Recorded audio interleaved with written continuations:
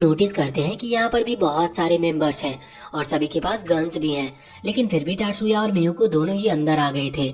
यहाँ पर अंदर आने के बाद अभी वो लीडर उनके ऊपर हमला नहीं करता। वो कहता है कि तुम सच में बहुत समझदार हो जो तुमने मेरे सारे प्लान का पता लगा लिया। साथ ही यहाँ पर वो अपने ग्लासेस को हवा में फेंकता है और अपनी उस टेक्निक का यूज करता है जिस टेक्निक से उसने मीबू के माइंड को कंट्रोल किया था। और यहाँ हमें पता चलता है कि उसने अपनी बातों से मीबू को मैनिपुलेट नहीं किया था, बल्कि उसके पास एक ऐसी मैजिक पावर है जिससे कि वो किसी को भी अपने वश में कर सकता है। और यहाँ पर वो टाटसुया के ऊपर भी वही पावर का यूज कर रहा था, लेकिन वो देखता है कि उसकी पावर काम ही नहीं कर रही। उसे समझ नहीं आ रहा था कि ऐसा क्यों हो रहा है, पर अब उसके पास इसके अलावा और कोई चारा भी नहीं था, क्योंकि उसके पास सिर्फ एक ही मैजिक पावर है। और अगर ये भी काम नहीं करती है तो उसे बस अब गोली चलानी होगी। वो बाकी सभी से गोली चलाने को कहता है, लेकिन इतने में ही उन सभी की गन अचानक से टूटकर नीचे गिर जाती है। ये देखकर वो और भी ज्यादा हैरान थे, इसीलिए वो वहाँ से भागने लगते हैं, लेकिन टाटसुया उसके पीछे जा रहा था। तभी वहाँ पर बाकी सभी लोग टाटसुया के ऊपर हमला करने के लिए आगे बढ़ते हैं, पर इतने में ही मियुको अपने आइस मैजिक पावर से उनमें से एक आदमी को जमा देती है। ये देखकर बाकी सभी हैरान थे, पर इसके बाद मियुको धीरे धीरे करके सभी पर हमला करना शुरू कर देती है। वो सभी धीरे धीरे जमने लगे थे। और दूसरी तरफ हम देखते हैं कि टाटसुया के साथ जो बाकी लोग आए थे वो अभी दूसरे साइड से अटैक कर रहे थे, जिससे कि वो दोनों तरफ से उस बिल्डिंग को घेर सके। वहाँ के लोगों को भी टाटसुया का एक दोस्त संभाल रहा था। हम देखते हैं कि अब टाटसुया एक दूसरे कमरे से बाहर आ जाता है जहाँ पर वो लीडर आकर छुपा था, पर यहाँ पर फिर से बहुत सारे लोग थे। टाटसुया अंदर आते ही अपनी वही वेव छोड़ता है जिसकी वजह से सभी की वो गन्स डिस्ट्रॉय हो जाती है। लेकिन अब वो लीडर प्लानिंग के साथ खड़ा हुआ था। वो तुरंत ही अपनी जैमिंग डिवाइस का यूज करता है, जिससे टाटसुया के पास जो मैजिक पावर है वो जैम हो जाएगी। लेकिन टाटसुया के हाथ में जो गन थी वो मैजिक से नहीं चल रही थी, इस वजह से टाटसुया उसका यूज करते हुए वहाँ पर सभी को खत्म करता है। अब वो आदमी डर गया था और वो वहाँ से भागने वाला था, लेकिन इतने में ही दूसरी तरफ से टाटसुया का वो दोस्त आ जाता है जो कि दूसरी तरफ से इस बिल्डिंग को संभाले हुए था। उन्होंने उस आदमी को पकड़ लिया था। अभी उस लड़के को इतना गुस्सा आ रहा था कि उसने उस आदमी का एक हाथ भी काट दिया था। बाद में वहाँ पर फोर्स आती है जो कि उस आदमी को पकड़कर ले जाती है। दूसरी तरफ हम देखते हैं कि अभी जिन आदमियों को मियुको ने जमा दिया था वो भी धीरे धीरे ठीक होने लगे थे और फोर्स ने उन्हें भी पकड़ लिया था। इसके बाद हम देखते हैं कि जिस हॉस्पिटल के अंदर मीबू का ट्रीटमेंट चल रहा था अब वहाँ से उसे डिस्चार्ज कर दिया जाता है। इसका मतलब अब वो पूरी तरह से ठीक थी। वहाँ पर मीबू के फादर भी आए हुए थे जो कि टाटसुया को थैंक यू कहते हैं, क्योंकि उन्हें भी कुछ टाइम से मीबू का बिहेवियर थोड़ा अलग लग रहा था। पर अब उन्हें वजह पता चल चुकी थी और अब मीबू ठीक है, इसीलिए वो भी खुश थे। यहाँ जब टाटसुया वापस अपने दोस्तों के पास आता है तो उसे यहाँ पर पता चलता है कि मीबू उसे लाइक करने लगी है। और वो लड़का कीराहारा जिसने टाटसुया की वहाँ पर उस एंटी मैजिक ग्रुप के लीडर को पकड़ने में मदद की है, वो भी मीबू को लाइक करता है, लेकिन मीबू ने उसे फ्रेंड जोन कर दिया था। अब वापस घर लौटते समय मियुको टाटसुया से पूछ रही थी कि उसकी एबिलिटी और ब्रेन हाई स्कूल के स्टूडेंट से ज्यादा डेवलप्ड है, फिर आखिर वो हाई स्कूल में क्यों पढ़ रहा है। इस पर टाटसुया कहता है कि उसे बस यहाँ पर मजा आता है, इसीलिए वो यहाँ पर है। अब उसी रात की बात है, टाटसुया और मियुको दोनों ट्रेनिंग के लिए निंजुत्सु सेंसेई के पास आए थे। यहाँ पर अभी उनकी ट्रेनिंग चल रही थी और दोनों ही ट्रेनिंग में काफी अच्छा परफॉर्म कर रहे थे। लेकिन तभी टाटसुया नोटिस करता है कि वहाँ पेड़ के पीछे उन्हें कोई छुपकर देख रहा है, और जब वो उसे सामने आने को कहता है तो उन्हें पता चलता है कि ये असल में उसकी काउंसलिंग टीचर है। टाटसुया उन्हें देखकर हैरान था। वो इसकी वजह पूछता है तो इस पर उसके सेंसी बताते हैं कि असल में काउंसलिंग टीचर उनकी पुरानी स्टूडेंट है। यहाँ पर टाटसुया को ये भी जानने को मिलता है कि काउंसलिंग टीचर असल में एक सिक्योरिटी एजेंसी के लिए काम करती है, लेकिन ये सीक्रेट रिवील ना हो इस वजह से वो हाई स्कूल में काउंसलिंग टीचर का भी काम कर रही है। अब अगले ही दिन मायूमी सभी को बताती है कि कुछ दिनों के बाद एक कंपटीशन होने वाला है। ये सभी स्कूलों के बीच होगा और ये 10 साल में एक बार होता है। अगर एक बार वो इस कंपटीशन को जीत ले तो 10 साल उन्हीं की बात चलेगी, मतलब उनकी रिस्पेक्ट सभी दूसरे स्कूलों में सबसे ज्यादा बढ़ जाएगी। इस वजह से उसे किसी भी तरह से इस कंपटीशन को जीतना था। इसके लिए वो टीम बना रही थी, मतलब टीम तो नहीं कह सकते क्योंकि यहाँ पर कई सारे गेम्स होंगे, इस वजह से कई सारे बच्चे जाने वाले हैं, पर फिर भी उन लोगों को सोच समझ कर स्टूडेंट्स को ले जाना होगा। अभी टाटसुया किसी भी गेम में पार्टिसिपेट करने के लिए इंटरेस्टेड नहीं था, लेकिन उसे यहाँ पर टेक्निकल स्टाफ में रखने का डिसाइड होता है। मगर अभी उसे खुद को साबित करना था, जिसके लिए वो कीराहारा का कैट डिवाइस पूरी तरह से कॉपी करता है। उसने वो बिल्कुल परफेक्टली कॉपी कर लिया था। कीराहारा जब उसे यूज करता है तो उसे कोई प्रॉब्लम नहीं हो रही थी। यहाँ पर टाटसुया की टाइपिंग स्पिरिट भी देखकर वो शॉक थे। इसका मतलब टाटसुया किसी भी इंफॉर्मेशन को बहुत ही जल्दी टाइप कर सकता है और ये उनकी टीम के लिए एक प्लस पॉइंट हो सकता था। इस वजह से फाइनली सभी की परमिशन के साथ टाटसुया को टेक्निकल स्टाफ यानी कि उनकी टीम में रख लिया जाता है। अब जब टाटसुया घर पर आता है तो उसे मेजर की तरफ से एक वीडियो कॉल आती है, जिसमें मेजर बताते हैं कि वो जिस जगह पर कंपटीशन के लिए जा रहे हैं वहाँ पर एक अननोन टीम को देखा गया है। अभी उनके पास उनकी कोई जानकारी नहीं है, पर टाटसुया को थोड़ा सतर्क रहना होगा और अगर कुछ गड़बड़ हुई तो उसे इन्फॉर्म करना है। बाद में यहाँ पर मियुको आती है, जो कि अभी दूसरे क्लॉथ में थी और ये उसने वहाँ पर कॉन्टेस्ट के लिए चुने हैं। टाटसुया कहता है कि तुम अच्छी लग रही हो। वैसे यहाँ पर वो बताता है कि वो एक फ्लाइंग डिवाइस पर काम कर रहा है, जो कि लगभग उसने कंप्लीट कर लिया है।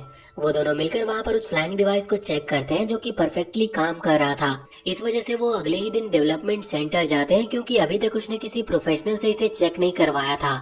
वहाँ पर एक प्रोफेशनल उस डिवाइस को चेक करता है और वो कहता है कि ये काम कर रहा है, तुम इसका यूज कर सकते हो। और इसका यूज वो सीक्रेटली उस कंपटीशन के दौरान करेंगे। अब इसके बाद हम देखते हैं कि जब वो दोनों वहाँ से निकल रहे थे तभी रास्ते में इन दोनों को इनके फादर और उनका एक बटलर मिलता है। अभी यहाँ जो बटलर था वो मियुको को तो बहुत ही अच्छे से रिस्पेक्टफुली हेलो कहता है, पर टाटसुया पर वो ध्यान नहीं दे रहा था। इस वजह से मियुको को गुस्सा आ जाता है और वो उस पर चिल्लाते हुए कहती है कि तुम्हें टाटसुया की भी रिस्पेक्ट करनी चाहिए। पर बटलर कहता है कि नहीं, मियुको उनके सक्सेसर है, लेकिन टाटसुया कोई नहीं है। वो सभी टाटसुया को बस सर्वेंट की तरह मानते हैं। इस पर मियुको को गुस्सा आ जाता और वो तुरंत ही अपनी एनर्जी से उसे जमाने वाली थी, पर टाटसुया उसे रोक देता और वो दोनों वहाँ से चले जाते हैं। अब अगले दिन स्कूल में टाटसुया सभी को बताता है कि अब वो टेक्निकल स्टाफ का मेंबर है। इस वजह से उन सभी के कैट डिवाइस अब वही संभालेगा। अभी दूसरी तरफ हम देखते हैं कि अभी मिजुकी को कुछ आवाज आती है। वो एक रूम की तरफ जा रही थी तो उसे पता चलता है कि उनकी क्लास का एक लड़का मीको ही को इस वक्त मैजिक की प्रैक्टिस कर रहा था। वो अभी स्पिरिट समन करने की कोशिश कर रहा था, जो कि मिजुकी को चोट पहुंचा सकती थी। पर इतने में ही टाटसुया वहां पर आकर मिजुकी को बचा लेता है। वैसे बाद में टाटसुया मीको हिको से पूछता है कि आखिर वो कर क्या रहा था, तो इस पर वो बताता है कि वो स्पिरिट समनिंग की प्रैक्टिस कर रहा था, लेकिन वो इसमें कामयाब नहीं हो पा रहा। ना जाने वो अपनी मैजिक का सही यूज करना कब सीख पाएगा। पर तभी मिजुकी कहती है कि तुमने लगभग स्पिरिट समन कर ली थी। टाटसुया पूछता है कि वो किस तरह की स्पिरिट थी, तो मिजुकी बताती है कि वो ब्लू और लाइट कलर की स्पिरिट थी। लगता है वो कोई पावरफुल स्पिरिट थी। ये सुनकर मीको ही को हैरान था। वो चाहता था कि उसके पास भी एक ऐसी एबिलिटी हो जिससे कि वो अपने ही क्रिएट की गई स्पिरिट्स को देख सके। अब कुछ दिन के बाद हम देखते हैं कि अभी उन लोगों को उस कंपटीशन के लिए दूसरी जगह की तरफ निकलना था। जब वो रास्ते में एक बस से जा रहे थे तो टाटसुया अभी एक दूसरी चीज में आ रहा था। मतलब दो ग्रुप बांटे गए थे। अभी पहला ग्रुप जो बस में जा रहा, हम देखते हैं कि उसकी तरफ कुछ वैन्स आने लगती है। असल में उस बस का एक्सीडेंट होने वाला था और वो वैन्स उनसे अभी टकराने वाली थी। एक वैन पलट गई थी जिसकी वजह से उसमें आग लग गई थी। अभी सब स्टूडेंट अपनी मैजिक का यूज करते हुए उस वैन को रोक सकते थे, पर सभी अगर एक साथ मैजिक यूज करेंगे तो उनके मैजिक आपस में टकराकर कैंसिल हो जाएंगे। इस चीज को देखते हुए यहाँ पर मायूमी उनके स्कूल के लड़के कासूडो से कहती है कि वो अपनी पावर का इस्तेमाल करे, लेकिन अगर वो यहाँ पर अपनी पावर का इस्तेमाल करेगा तो कोई असर नहीं होगा, क्योंकि वो फायर को नहीं रोक सकता। ये देखते हुए मायूमी पहले अपनी पावर से उस फायर को बुझा देती है, जिसके बाद कासूडो ने उस वैन को रोक लिया था। अगले सीन में वो अपने डेस्टिनेशन पर पहुंच चुके थे। वैसे यहाँ पर आने के बाद टाटसुया मियुको से कह रहा था कि वो जो एक्सीडेंट हुआ था वो कोई गलती से नहीं हुआ। भले ही सिचुएशन देखकर ऐसा लगता हो कि एक वैन गलती से दूसरी वैन से टकरा गई, जिस वजह से तीसरी वाली वैन पलट गई और वो उनकी बस की तरफ आ रही थी, लेकिन असल में ऐसा नहीं था। जो वैन चला रहा था उस ड्राइवर ने जानबूझकर उस एक्सीडेंट को कराया था। अब उन्हें ये तो नहीं पता था कि ऐसा क्यों हुआ। इसके बाद हम देखते हैं कि अभी रात के टाइम अभी वो एक होटल में रुके हुए थे, लेकिन मीको ही को अभी अपनी ट्रेनिंग में लगा हुआ था। वो वहाँ होटल के बाहर था और रात के टाइम में अपनी स्पिरिट को वो समन करने की कोशिश कर रहा था। इसी दौरान उसे दूसरी एनर्जी महसूस होती है। अब भले ही वो अपने स्पिरिट को देख नहीं पाता या फिर वो अपने मैजिक को पूरी तरह से कंट्रोल नहीं कर पाता, लेकिन उसे ये तो पता था कि ये जो एनर्जी है ये उसकी नहीं। इस वजह से वो समझ जाता है कि यहाँ पर कोई और है, पर उसे कोई देख नहीं रहा था। लेकिन जिस डायरेक्शन से वो एनर्जी आ रही थी वो उसी डायरेक्शन में आगे बढ़ने का डिसाइड करता है। पहले वो सोच रहा था कि उसे इस चीज के बारे में इन्फॉर्म करना चाहिए, पर फिर उसे टाटसुया की याद आती है, जो कि ऐसी सिचुएशन में बिल्कुल नहीं डरता और अकेला आगे बढ़ जाता है। इस वजह से वो मोटिवेट होते हुए आगे बढ़ता है। पर अब यहाँ पर 3 लोग थे जो मीको हिको पर हमला करने वाले थे अपनी पावर से, लेकिन इतने में ही उनकी पावर को कोई डिस्ट्रॉय कर देता है। जब मीको हिको पीछे देखता है तो असल में वहाँ पर टाटसुया था और उसने उसे बचा लिया था और जो वो लोग थे वहाँ से भाग गए थे। अब मीको हिको उसे थैंक्स बोलकर वहाँ से चला जाता है। तभी वहाँ पर जनरल आते और वो बता रहे थे कि ये ग्रुप जरूर वही ग्रुप होगा जिसके बारे में मैंने तुमसे बात की थी। वैसे वो मीको हिको के बारे में कह रहे थे कि वो लगभग तुम्हारी तरह ही है। अब वहाँ एक दिन का रेस्ट करने के बाद वो कंपटीशन स्टार्ट हो जाता है। हम देखते हैं कि अभी सभी को अपनी मैजिक पावर से वाटर के ऊपर सर्फ करना था और यहाँ पर पहले जो मैच है उसमें मैरी ने हिस्सा लिया था। वैसे इन सभी के कैट डिवाइस को टाट्सुया ने ही री अपग्रेड किया है। अभी जब ये कंपटीशन का पहला मैच स्टार्ट होता है तो इसमें मैरी सबसे आगे थी और वो बहुत ही अच्छा परफॉर्म कर रही थी। टाट्सुया ने उसे पहले बता दिया था कि कंपटीशन के दौरान उसे किस मैजिक का किस तरह से यूज करना है। इस वजह से उसकी जो सर्व की स्पीड थी वो पहले से ज्यादा तेज हो गई थी। इस वजह से अब वो पहला मैच जीत जाते हैं। हम दूसरी तरफ देखते हैं कि अब उसी दिन दोपहर को टाट्सुया को एक मीटिंग में बुलाया जाता है। वहाँ पर जाने के बाद उसे पता चलता है कि एक आदमी को उस ग्रुप के बारे में थोड़ी इन्फॉर्मेशन है जो कि वहाँ होटल के बाहर देखा गया था। उसे नो हेड ड्रैगन कहते हैं और उनका मेन टारगेट इस कंपटीशन को रोकना है। पर उनके लिए ये प्लस पॉइंट है कि उन्हें ये इन्फॉर्मेशन पहले ही मिल गई। अगला कंपटीशन स्टार्ट होता है, उसमें मायूमी ने हिस्सा लिया था। इसमें उन्हें अपनी मैजिक पावर से बुलेट क्रिएट करते हुए कुछ ऑब्जेक्ट को हिट करना था, जिसमें मायूमी 100% हिट करती है और ये वाला मैच भी उनकी टीम जीत जाती है। इसके बाद अगला जो मैच था वो आइस ब्रेकिंग का था और इसमें भी उन्हीं की टीम की एक मेंबर जीती थी। अब वो बहुत आसानी से जीत रहे थे, इससे उनके अंदर बहुत कॉन्फिडेंस आ गया था। पर वहाँ सुजुने कहती है कि जरूरी नहीं कि वो हर मैच जीते। अभी शुरू के मैच बहुत ज्यादा आसान है, इस वजह से वो जीत रहे हैं। आगे उन्हें ज्यादा ध्यान रखने की जरूरत होगी।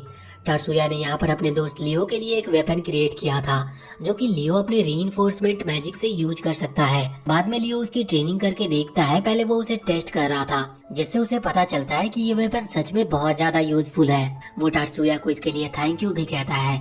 अगले दिन हम देखते हैं कि अभी मैरी का फिर से वही सर्फिंग वाला मैच होने वाला था।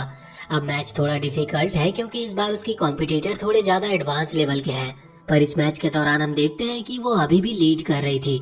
तभी एक लड़की अपने सर्फ बोर्ड पर से फिसल जाती है, जिस वजह से वो सर्फ बोर्ड सीधा मैरी की तरफ आता है। मैरी ने लगभग उसे डॉज कर ही लिया था, लेकिन इतने में मैरी का सर्फ बोर्ड भी पानी के अंदर गिरने लगता है। ऐसा लग रहा था जैसे उसका बैलेंस बिगड़ गया और बाद में वो पानी के अंदर गिर जाती है, जिससे वो मैच हार जाती है और उसे हॉस्पिटल भी जाना पड़ता है। और वहाँ जाकर हम देखते हैं कि उसे इतनी चोट लगी है कि वो अपना अगला मैच भी नहीं खेल पाएगी।